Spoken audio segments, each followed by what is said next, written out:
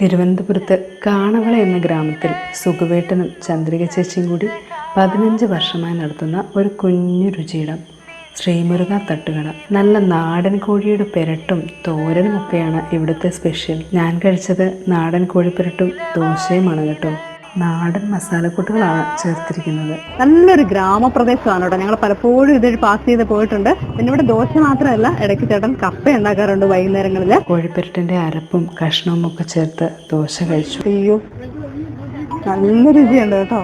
നാടൻ കോഴിപ്പെരട്ട് പല സ്ഥലങ്ങളിലും കഴിക്കാറുണ്ട്. ഓരോ സ്ഥലത്തും ഓരോ വ്യത്യസ്തമായ രുചിയാണ്. പക്ഷെ ഇത് ഒരു രക്ഷയില്ല.